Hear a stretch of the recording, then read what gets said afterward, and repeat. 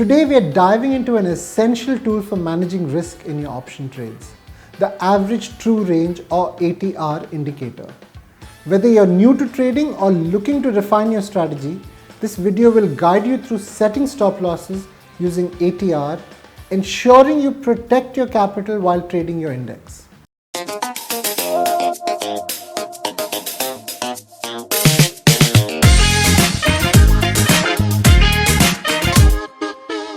In the last two videos, we've been discussing the importance of setting stop loss for your trade. We explored how to set stop losses using support and resistance levels and with the right time frame selection. We examined how to analyze volatility and VIX levels to anticipate market movements. If you missed these insights, be sure to check out those videos. What is ATR? ATR or average true range is a tool that traders use to measure how much the price of an index is moving up and down over time. It doesn't tell you if prices will go up or down, but it shows the average movement between the highest and the lowest prices over a set period, usually 14 days.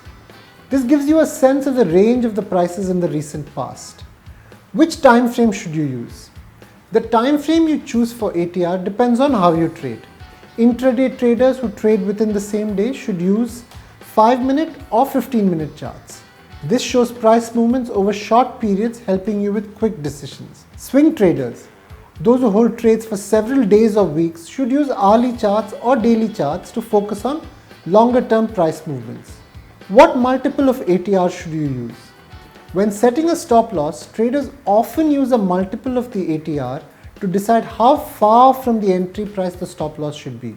So the common levels are 1.5x ATR, commonly used for a balance between allowing the trade to move and protecting against losses. 2x ATR, used in more volatile markets or to give trades extra room. 3x ATR, for highly volatile markets, allowing the most room but with higher risk. Applying ATR to Nifty Options. Let's apply this concept to trading Nifty Options. First, you'd add the ATR indicator to your chart. This feature is usually built in and easy to find. Once you add it, you'll see the ATR value displayed on your chart. Suppose the ATR shows 40 points for Nifty. This means on average, Nifty has been moving 40 points up or down during the selected time frame. To set your stop loss, you multiply the ATR by a chosen factor.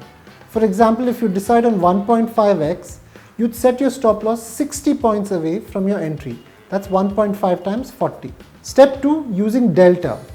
Now let's say you enter a Nifty call option at 24,500.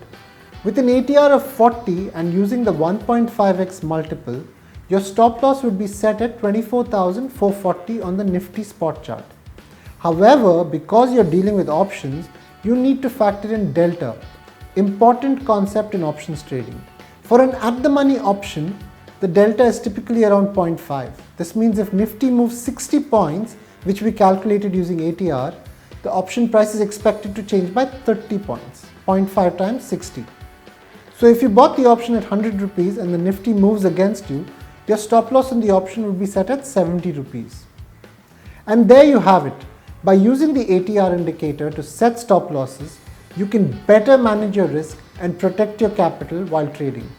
Remember, successful trading isn't just about making profits. It's also about managing your losses and staying in the game for the long run.